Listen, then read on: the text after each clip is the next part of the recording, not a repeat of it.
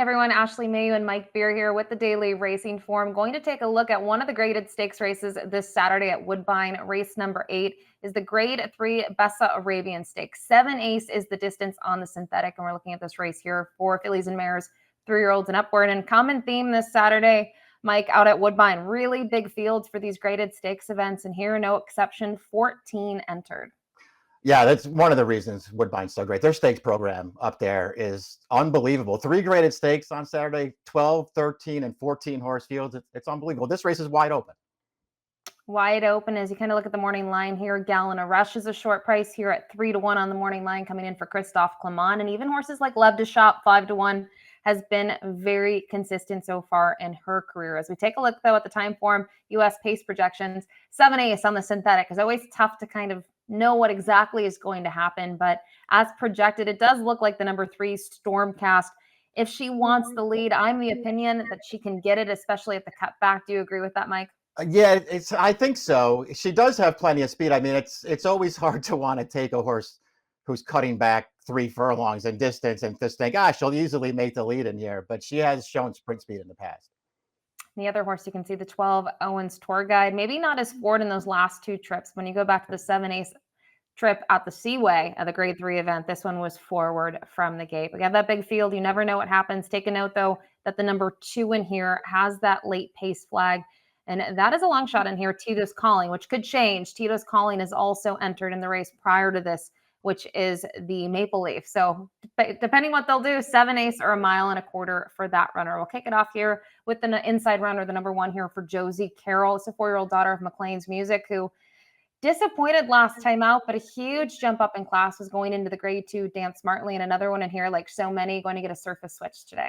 Yeah, going to switch surface. I think she's handled the all-weather, fine in the past. I don't think you're the least of your concerns is probably the surface, which is probably a good thing that they're cutting her back in distance for this too. She didn't run well last time, but she just seems like she's better sprinting. Came into this race last year maybe in a little bit better form off of 2 wins on the grass, but she ran fine in this race, 3rd at a huge price. And she had a little bit of couple setbacks, it looks like, right? Has had 2 starts and put on the shelf, and now going to make her 3rd consecutive start off the layoff. I alluded to it earlier. The 2 Tito's Calling is also cross-centered in the Maple Leaf, a very different ball game. They've tried her 1.25 miles in the past. I'm not a trainer, but it seems like the 7 ace might be better for her. But the question is, Mike, based on the most recent 7.5 on the inner turf, that's 2 turns. She's going to lose a turn in this event. Yeah, it's not going to be an easy call for them. I feel like she's in tough no matter which race they elect to run her in. I did feel like maybe the 1.25 miles was pushing it for her. So maybe they'll just wind up here and take their chances. She's probably, if they run her here, she's probably at the back of the pack early, hoping for some pace and try to make one run. The 3 Stormcast, she's still lightly raced, just a 3-year-old daughter of Mailloux, who very consistent in her career, really hasn't done anything wrong. And we're going to take a look at one of her performances, but we're going to go back to August to find it. Didn't want to pull the turf race at 1.25 miles. This is the Bison City, where she just took them gate to wire. She only had 8 other rivals in here. I think it flatters her, though, Mike, that the runner-up came back to win next out. A very compelling performance. I mean, she got absolutely loose on the lead in here in a 2-turn route race, and they just never got anywhere near her through the stretch. It comes back with a big figure. It's kind of a, it's the kind of figure that it sort of stands out, which I don't love. Her other races don't really make her a contender in here. That one does, and she got that figure with all the best of it against a weaker field. I don't know. I thought she was a pretty tough call in here. I usually like turnbacks at 7 furlongs. I don't know if I like turnbacks from 1.25 miles. Yeah, a little bit of a tough sell, and she's been on the shelf for a little bit of time. The number 4, Queen Match, up next year for Marty Drexler. She disappointed last time out, but maybe that's because she stretched out in distance. That was at 1.16 miles on the EP Taylor. 2 starts back, she was 3rd, right behind Gal in a Rush there in the 7 ace Seaway. Yeah, I just felt like she was picking up pieces in the Seaway 2 starts back. I didn't think she did any real meaningful running in there. Maybe I'm wrong about that. She was, in for 35 at the end of last year. I just felt like this race was probably going to be too tough for her, but another one who I guess she could just sit back and hope for a fast pace. Mentioned maybe being too tough. Last time out, the number 5, A Game. We'll take a look at her performance in the Ontario Fashion. There's 48-1 in here, Mike, and she had a lot of work to do here, close from off of it, but do you think it's just because she got the pace set up? Yeah, I mean, I guess so. I feel like this was maybe just more one of those situations. But I'm not going to take anything away from her because she ran well in here. Her last 2 races are both actually pretty good. But this is one of those situations where when you're almost 50 to 1, you can just sort of take your chances and sort of stay behind horses for as long as you can, hope that it works out for you in the stretch. And it worked out for her in the stretch. She got to see him to come through, and she, to her credit, she got the job done. We will take a look now at a replay here for the 6 Gallon and Rush. This one for Christophe Clement. You saw her last time out in the Presque Isle Downs in the Masters, where she was third behind Roses for Deborah. But as we go back to the Seaway, which we've talked about, she had post 11 in here. She got a mid-pack trip and just feel like she was maybe outgunned by can't even talk, Ticker Tape Home in here. I mean, it was a good performance, but just wasn't able to get it done again. Yeah, I'll ask this question to you because I'm sure her form since she's come back this year is good. And her form since they switched surfaces with her is obviously good. When you go back and watch that race, and I'm not sure what the answer is here. That's why I want to ask you. Did they move too early there, going 7 furlongs? She made that early run, made a clear lead. You saw Ticker Tape Home was sort of blocked behind horses there and had to wait. Was it just a situation where Gallon and Rush went too early and then paid the price late? I would say in that race alone, probably. Yeah. And I feel this way a lot when you see horses that get nosed out or beaten by a neck in those races. Maybe they moved too early. And you look at how the way the other horse was traveling, she was traveling well, but to me, it wasn't like she was miles the best, where it was just like, no matter what, you're getting caught by her. I would say so. I thought it was a good performance. I think when you look at last time out, I don't think it was too early of a move. I just think she was over her head in the final stages and she was simply third best. Do you agree with that? I'm agreeing with that. And again, I'm not really sure if that's the right answer. 2 starts back, but I would be willing. The thing is, she's 3 to 1 on the morning line, and so I'm not going to sit here and try to make excuses for this horse because she's probably going to be the favorite in here. And I don't feel like you're supposed to make excuses for short prices. You're just supposed to try to find ways to play against them. And I think there are Right. ways to play against her in here if she's going to be the favorite. I would agree with that. The 7 Sunday Shoes. This is a horse that also participated at Presque Isle last time out. Was the winner of the Satin and Lace 2 back, and a horse that I don't know what to do with her form. It's an interesting one. Wesley Ward, a synthetic sprinter who is either there or, in my opinion, hasn't been very good. Yeah, I agree with you. It's a tough call. I'm just going to put it out there. I'm a huge fan of this horse, and she's like an atypical Wesley Ward horse, where she just doesn't have a lot of speed. Mhm. But man, her good races are really, really good, and her bad races are obviously pretty bad. I can find ways to get past the Presque Isle Masters last time. I do think that was a tougher field than this one. And listen, she's got to get faster if she's going to win here. But I like this horse. She's going to be a price in this race, and I am using her. Yeah, and you bring up a great point. When you think Wesley Ward, I think we all think about horses that debut going 4.5 at Keeneland and they win on the front end. Not the case with her. She didn't debut at Keeneland. She's at Turfway.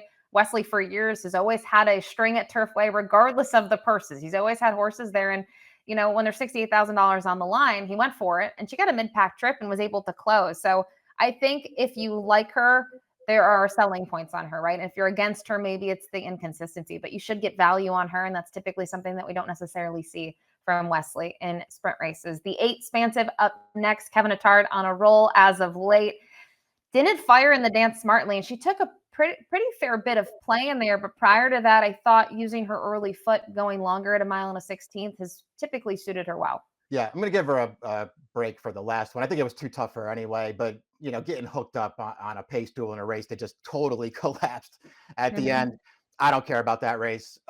This filly's pretty good, and I really, really like her cutting back for this race. I think cutting back to 7 is really going to suit her. She has speed, but she doesn't need the lead. That race off the little layoff there back in June when they switched surfaces with her, or back in July rather.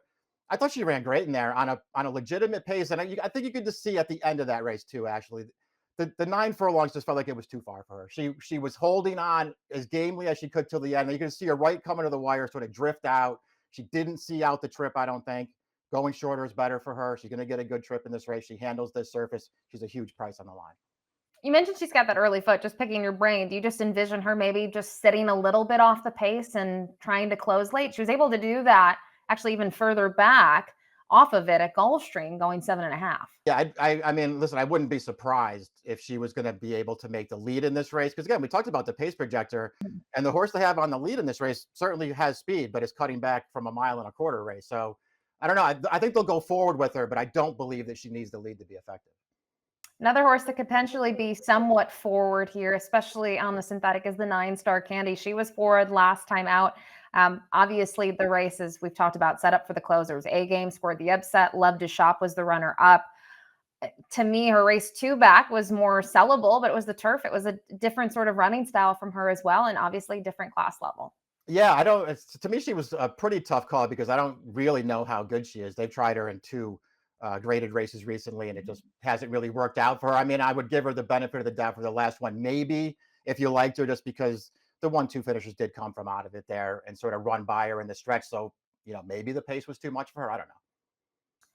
We already saw the replay for the Ontario Fashion. The 10 Love to Shop was the runner up. She went off at a pretty good price in that, considering two starts back, she was heavily favored. She was jumping up in class and getting back onto the synthetic.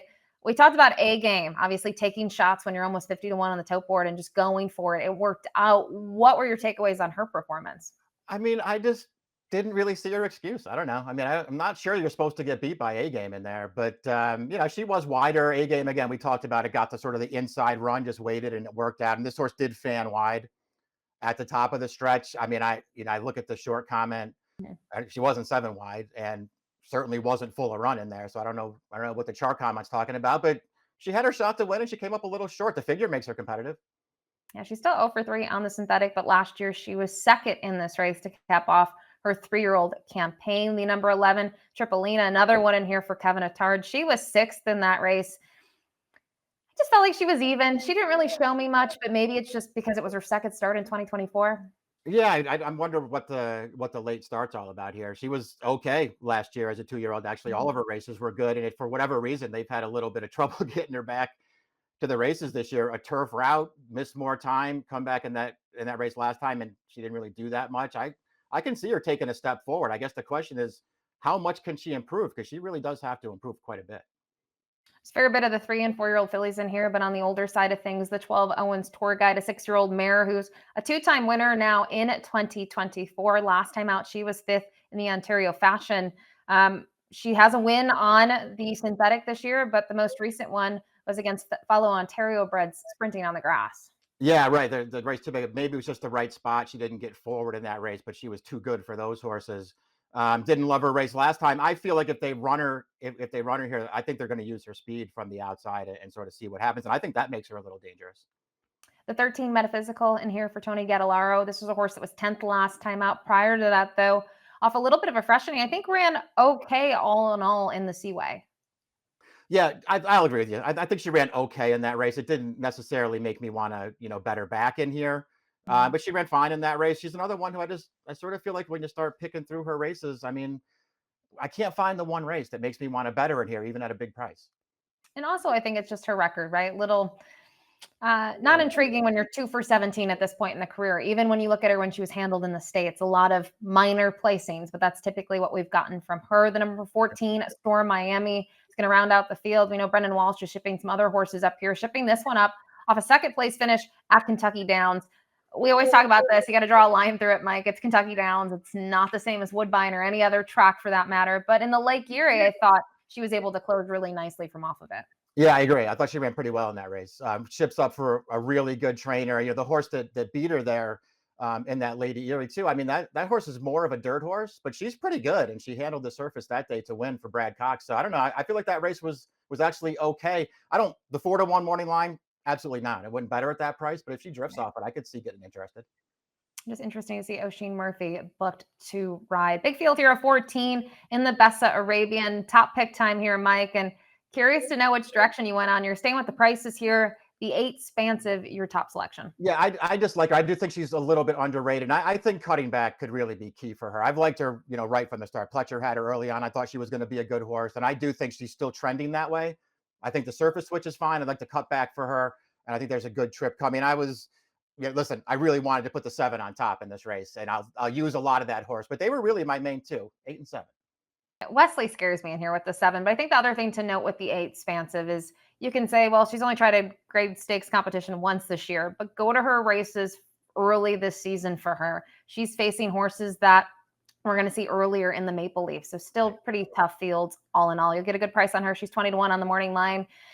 You said you couldn't find an excuse last time out, and I'm still going to go with the number 10, Love to Shop, even though she was second best. We talked about it.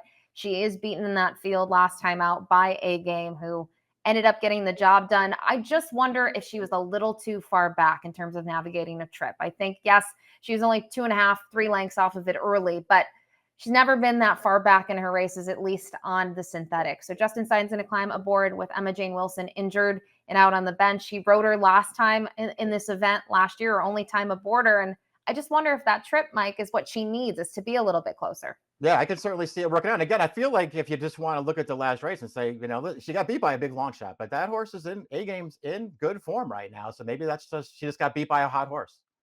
Another great betting event here at Woodbine. It's the Bessarabian 8-7-6-10 for Mike, 10-6-5-3 for me. Good luck. Hey, buddy.